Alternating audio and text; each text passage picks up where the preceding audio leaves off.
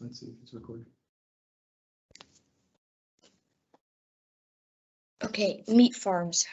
Hello, my name is Milton. I hope you enjoy my presentation. Okay, central idea. My central idea is living things encounter difficulties due to human activity. And my learner profiles are inquirer and open-minded.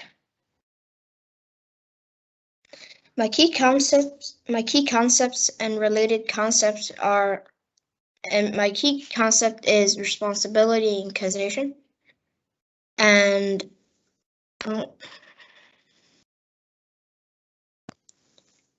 my related concepts are responsible consumption and production. My lines of inquiry. My lines of inquiry are: how can companies and individuals take responsibility of animal treatment? That's the responsibility. And reasons that, and then the other one is reasons that affect production and consumption. And these are my ATL skills. So research skills is consuming and processing ethical use. And my written work is let me just pull it up.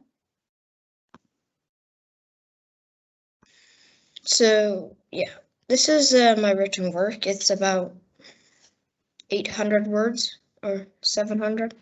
So basically it's just, yeah. But in that text, I was trying to persuade people to eat less meat and to make people more aware of this problem, in my opinion. Okay, so this is my recreation of a meat farm.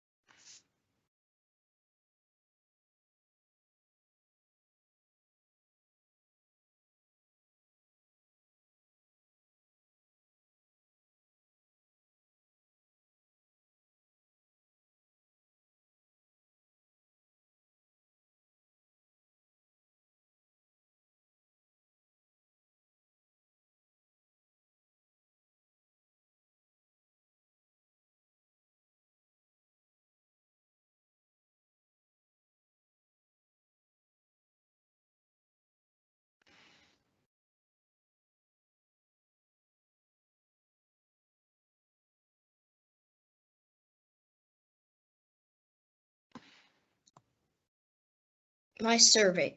Okay, my survey reflection or work, as is portrayed here, is mostly what can I have done differently. So in my survey, I could have done so I could actually see the people that did the answers, so I could do something about it. I didn't really think of that because I didn't know how to, but now I've learned. So, and what did I learn from my survey? I learned that not that many people eat meat every day. About most people out of 51 eat meat 3 to 4 times per week. So the meat problem in this school isn't that bad, I would say. And I've also learned that a lot of people do not know what a meat farm is.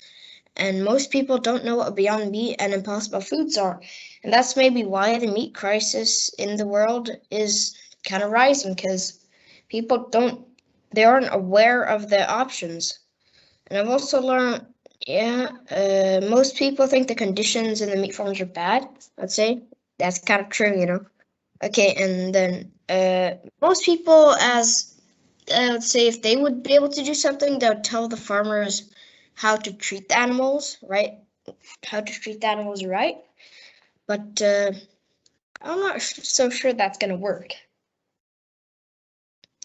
Okay, interesting facts. It is calculated that people used to eat 23 kilos of meat in 1961, and in 2014 they ate around 43 kilos.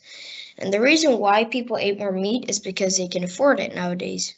So that's a rising problem, that it's easier to get cheap meat now because they've made cattle meat farms, which are very based on industrial farming, you kind of say. So it's only made for efficiency and actually harm the animals, but it's just tiny spaces and everything, as you saw in my meat farm that I made. That was on a time limit, of course, because I didn't have that much time. So, however, meat farms provide very poor living conditions, and the animals eating meat can harm both our health and the environment, as this slide says.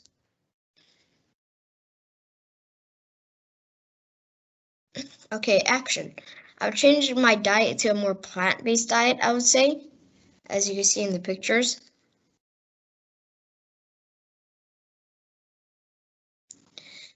The conditions in the meat farms, the conditions are very poor, as I said before, as some of them called CAFO, as I mentioned, are only made for fast meat production. And the people that have the farms can make more money if they fit as many animals in tiny spaces, even if the animals die from infections. Environmental impact.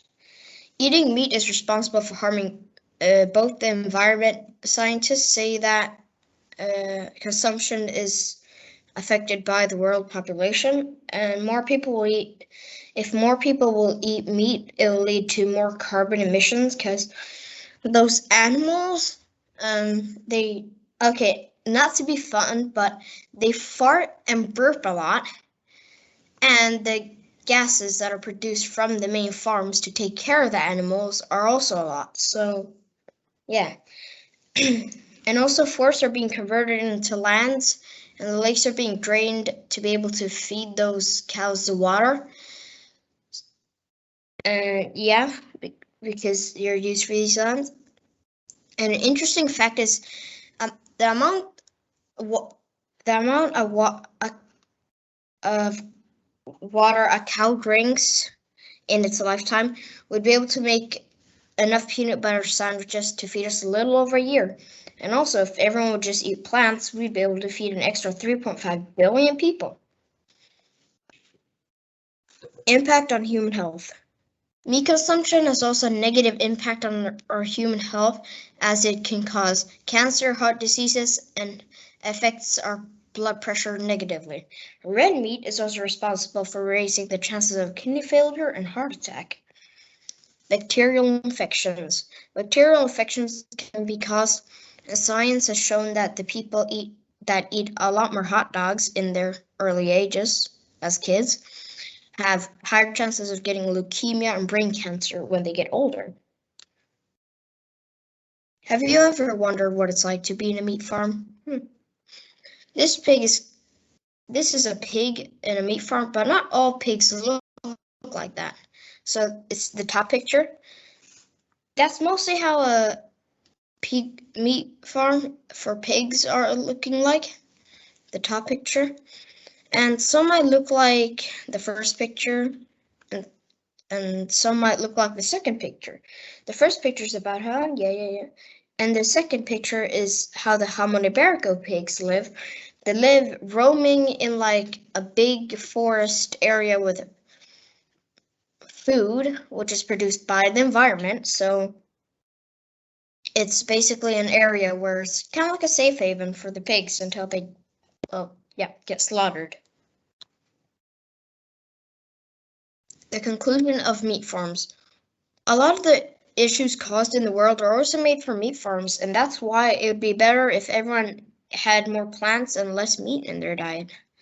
How about eating 500 grams less meat each day? You can make a big global impact, can't you? And I hope this has helped you to understand what you can do to stop this environmental issue and this inhumane way of getting food. Thanks for reading. And here are my sources that has given me this information. So yeah. Thank you, I guess. Can I?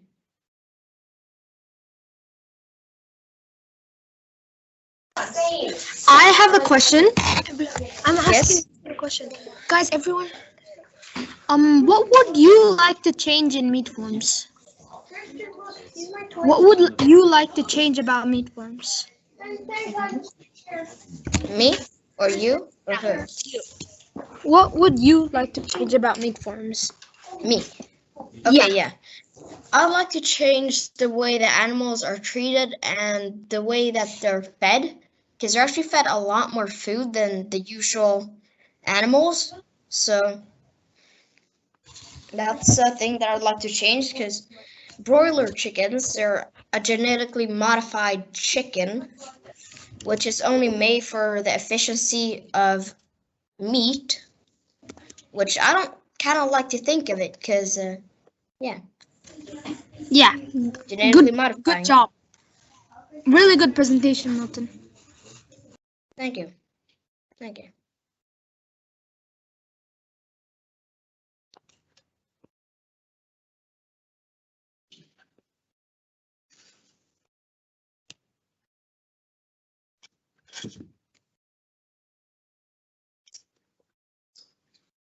Does anyone have more questions? Seems no.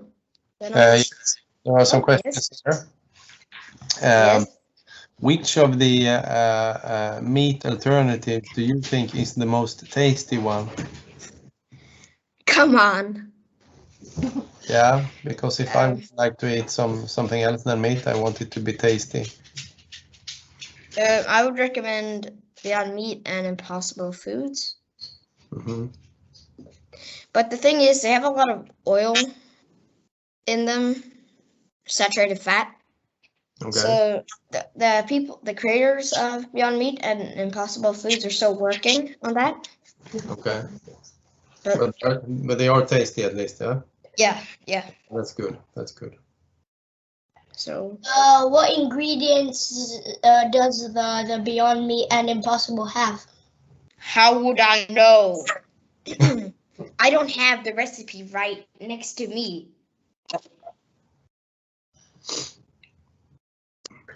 Yeah, I just pulled up the recipe then.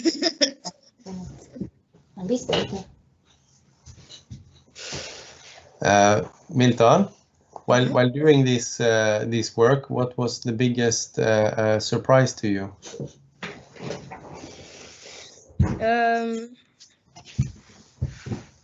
I don't really know. I guess that it went well. Say again? I didn't really understand your question, to be honest. No, my question was, when you were doing this work, what was the biggest news to you, or what did you? That there actually is a good alternative, and that they are really the animals are really treated worse than worse, basically. It doesn't make sense, but yeah. Thank you. Very good presentation. I really enjoyed it. Thank you.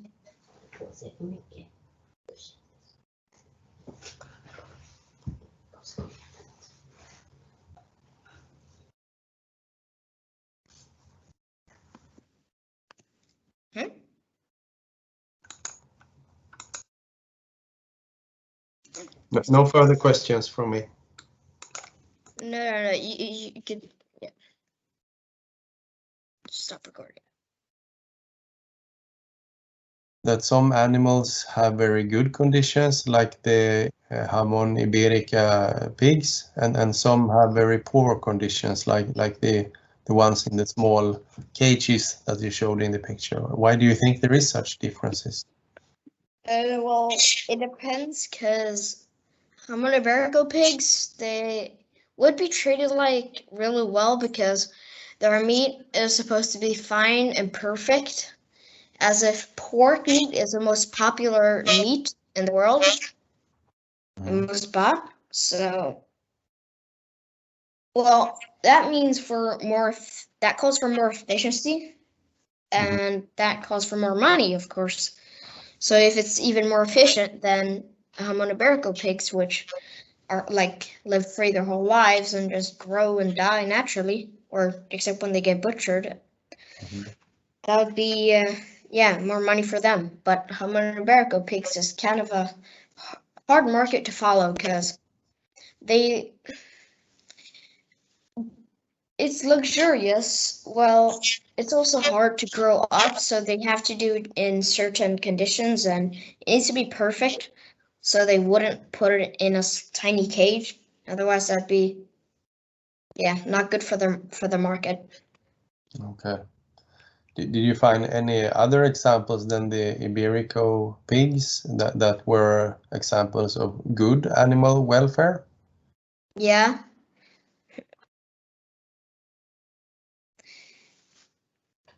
Okay.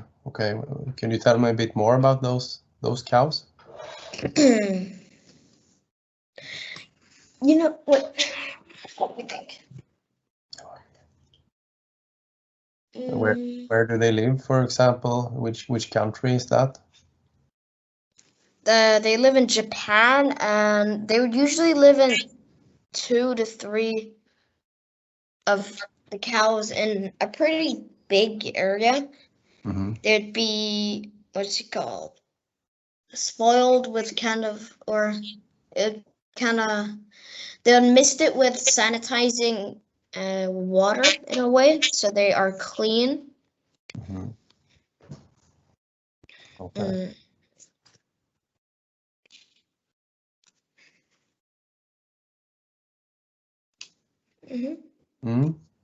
Thank you for answering my questions. As I mentioned before, I really enjoyed the presentation, Milton. I think it was very well done and very interesting, and I learned a lot listening to you. Thank you. I don't really know what to do now. I have like 10 minutes left. That's okay. Sit and relax. Okay. Well, I guess it's just 10 minutes of reassembling my brain. So, thank you.